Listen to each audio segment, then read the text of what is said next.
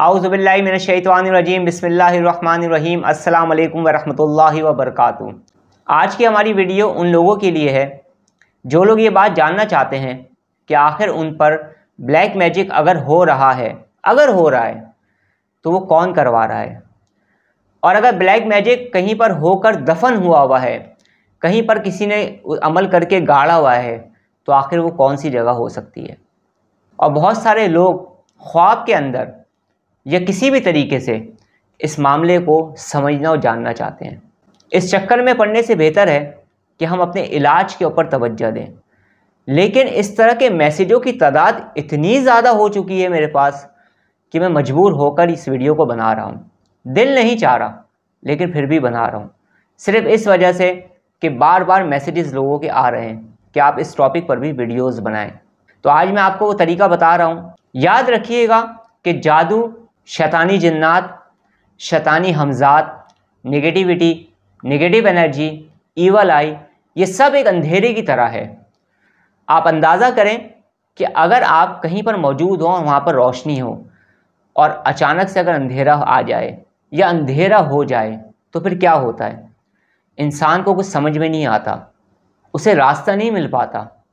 कहीं पे कोई चीज़ सामने पड़ी हुई होती है तो ठोकर रख के वो गिर भी सकता है, यानी कुछ भी दिखाई नहीं देता, बावजूद इसके कि इंसान होशो हवास में होता है।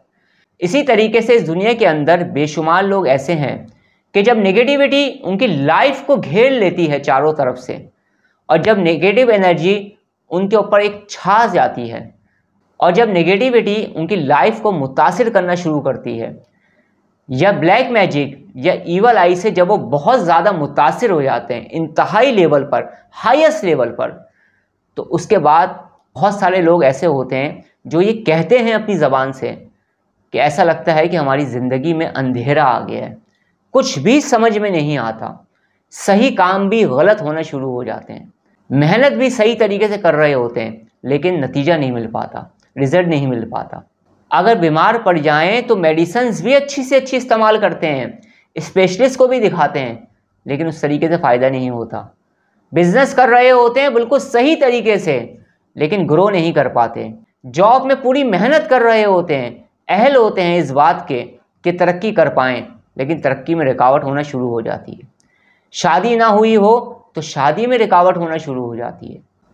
इस तरह से ज़िंदगी के मुख्तलिफ मसाइल में प्रॉब्लम्स पैदा होना शुरू हो जाती हैं नेगेटिविटी की वजह से। लेकिन यहाँ पर मैं एक चीज़ और अर्ज़ कर दूँ कि बहुत सारे लोग मैंने ख़ुद देखे हैं, मेरा ख़ुद का एक्सपीरियंस है, मैंने देखे हैं ऐसे लोग जिनको वहम में मुब्तला कर दिया जाता है कि तुम पर जादू है, तुम पर ब्लैक मैजिक है, तुम पर ईवल आई है, इस वजह से तुम नाकाम हो रहे हो। लेकिन मैंने देखा है उन पर कुछ भी नहीं होता, कोई प्रॉब्लम उनके साथ नहीं होती। फिर जो प्रॉब्लम नज़र आती है वो मैं अपने प्राइवेट सेशंस के अंदर उनको समझा देता हूँ कि असल में जो प्रॉब्लम हो रही है वो इस वजह से हो रही है। अब पर्सन टू पर्सन हर शख्स की प्रॉब्लम्स अलग होती हैं, इसलिए हम इस वीडियो में उसे डिस्कस नहीं करेंगे। हमें किसी भी तरीके से जादू से खौफज़दा नहीं होना है, शैतानी जिन्नातों से खौफज़दा नहीं होना है, ब्लैक मैजिक से खौफज़दा नहीं होना है, हमने सिर्फ इलाज करवाना है। अगर आप खौफज़दा होंगे तो कुछ लोग आपको खौफज़दा करेंगे और आपको खौफज़दा करके अपने मकसद की तकमील करने की कोशिश करेंगे। इसलिए जादू का खौफ अपने दिल से निकाल दें।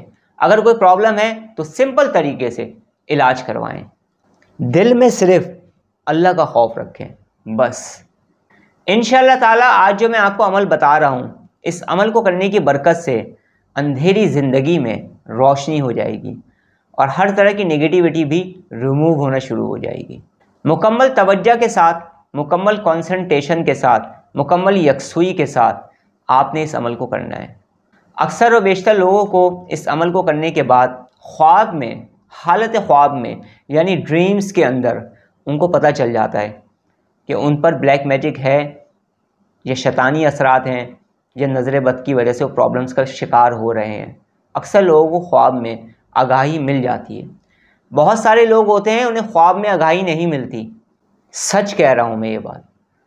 उन्हें दौराने मेडिटेशन यानी मुराकबे के दौरान कुछ मनाजिर को दिखा दिया जाता है। बहुत सारे लोग ऐसे होते हैं जो जागती हुई हालत में जवाब को पा लेते हैं। किस तरीके से, सबके अलग अलग तरीके हैं। किसी के लिए कोई एक तरीका मखसूस नहीं है।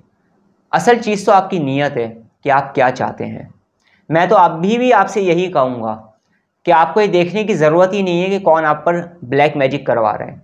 इस चक्कर में मत पड़ें। इस चक्कर ने बेशुमार लोगों को बर्बाद कर दिया है। आप तवज्जो दें अपने इलाज के ऊपर। सबसे बेहतरीन तरीक़ाकार यही है। तो आज जो मैं अमल बता रहा हूँ, इस अमल को करने की बरकत से आपके दोनों मसले हल हो जाएंगे, इलाज भी होना शुरू हो जाएगा। हाँ, इस बात का ख्याल रखिएगा कि अगर किसी शख्स का चेहरा आपको नज़र आ जाता है तो इसका मतलब ये नहीं आप उससे लड़ना झगड़ना शुरू कर दें, क्योंकि ख्वाब के अंदर एक ख्वाब शैतानी भी होता है। इस बात को भी जहन नशीन रखिएगा। इसलिए जो कुछ भी नज़र आ रहा है उसे अपने हद तक रखिएगा तो ज़्यादा मुनासिब रहेगा, वरना इस अमल को करने की ज़रूरत ही नहीं है। अगर इतना ज़र्फ़ नहीं है ना आपके अंदर तो फिर करने की भी ज़रूरत नहीं है। आप छोड़ दें इस अमल को, इलाज पे तवज्जो दें। मेरी आदत है मुझे जो कुछ भी कहना होता है आप लोगों की बेहतरी के लिए वो मैं कह देता हूँ। थोड़ी देर के लिए हो सकता है कि आपको बुरा लगे, लेकिन इंशाल्लाह ताला आगे चल कर आप मुझे दुआएं देंगे कि अच्छी बात ही समझाई थी आसिम साहब ने। अल्लाह रब्बुल इज़्ज़त आप तमाम लोगों को खुश रखे, आमीन। अमल का तरीका ये है कि सोने से पहले आपने बावज़ू हालत में सोना है, वज़ू कर लेना है और थोड़ा सा, बिल्कुल थोड़ा सा आपने इतर भी लगाना है, यानी खुशबू भी लगानी है। लिबास पाक साफ़ होना चाहिए, जिस जगह पर सो रहे हैं वो जगह भी पाक होनी चाहिए। फिर आपने अव्वल आखिर दुरूद पाक पढ़ना है और फिर आपने पढ़ना है अव्वल आखिर दुरूद पाक। फिर सूरह फातिहा की आयत है इय्याका नअबुदु व इय्याका नस्तईन, ये पढ़ना है आपने। और उसके बाद आपने पढ़ना है या खबीरो या ज़ाहिरो ये दोनों चीज़ें आपने मिलाकर पढ़नी है इस तरीके से। औज़ु बिल्लाहि मिनश शैतानिर रजीम, बिस्मिल्लाहिर रहमानिर रहीम, इय्याका नअबुदु व इय्याका नस्तईन या खबीरो या ज़ाहिरो। इस तरतीब से आपने 111 मरतबा पढ़ना है। मुकम्मल तौर पर रिलैक्स होकर पढ़ना है, मुकम्मल तौर पर पुरसकून होकर पढ़ना है, मुकम्मल तौर पर फोकस करके पढ़ना है। पढ़ने के बाद दोनों हाथों पे दम करके अपने पूरे जिस्म पर फैल लेना है और फिर सुन्नत तरीके के मुताबिक आपने सो जाना है। दरमियान में आपने किसी से बात नहीं करनी है, ना बात करनी है आपने, ना मोबाइल फ़ोन का इस्तेमाल करना है, ना किताबें पढ़नी है, कुछ नहीं करना। डायरेक्ट आपने स्लीपिंग मूड में चले जाना है, सो जाना है, डीप स्लीप के अंदर चले जाना है आपने। सिंपल सी बात है। इस अमल को आपने 21 डेज़ तक जारी रखना है। एक और बात, ये जो अमल मैंने आपको बताया है, इस अमल को आपने दिन में फिर एक मरतबा दोहराना है। किस तरह से दोहराना है? एक पानी की बोतल लेनी है आपने, इसके अलावा आपने एक तेल की शीशी लेनी है, उस पर दम करना है, उस पानी को पीना है ताकि जो भी नेगेटिविटी है वो रिमूव हो जाए आपकी लाइफ से। और इस पानी को लेकर थोड़ा सा अपने सर पर लगाना है, चेहरे पर लगाना है, शोल्डर पर लगाना है और थोड़ा सा अपने चेस्ट पर, सीने पर इस पानी को लगा लेना है। अमल शुरू करने से पहले आपने सदका देना है और दौराने अमल आपने बावज़ू हालत में रहने की मुकम्मल तौर पर पूरी कोशिश करनी है। इंशाल्लाह ताला जब आप इस पानी को पिएंगे, तेल को अपने सर पर लगाएंगे और जो कुछ मैंने बताया इसे आप पढ़ेंगे तो नेगेटिविटी भी रिमूव होगी, ईवल आई भी रिमूव होगी, ब्लैक मैजिक भी रिमूव होगा। हर तरह की नेगेटिविटी आपकी ज़िंदगी से जाने लगेगी और जिस ख्वाहिश के तहत आप पढ़ रहे हैं वो ख्वाहिश भी पूरी आपकी इंशाल्लाह ताला हो जाएगी। अल्लाह रब्बुल इज़्ज़त हमें हर तरह की नेगेटिविटी, ईवल आई, नेगेटिव एनर्जी, ब्लैक मैजिक से महफूज रखे। अल्लाह रब्बुल इज़्ज़त हमें हासिदों के हसद से, शरीरों के शर से और साहिरों के सहर से हमेशा हमेशा महफूज रखे, आमीन। अब मैं आपसे इजाज़त चाहता हूँ। अपना बहुत ज़्यादा ख्याल रखिएगा, मुझे दुआ में याद रखिएगा। अस्सलाम वालेकुम व रहमतुल्लाहि व बरकातुहू।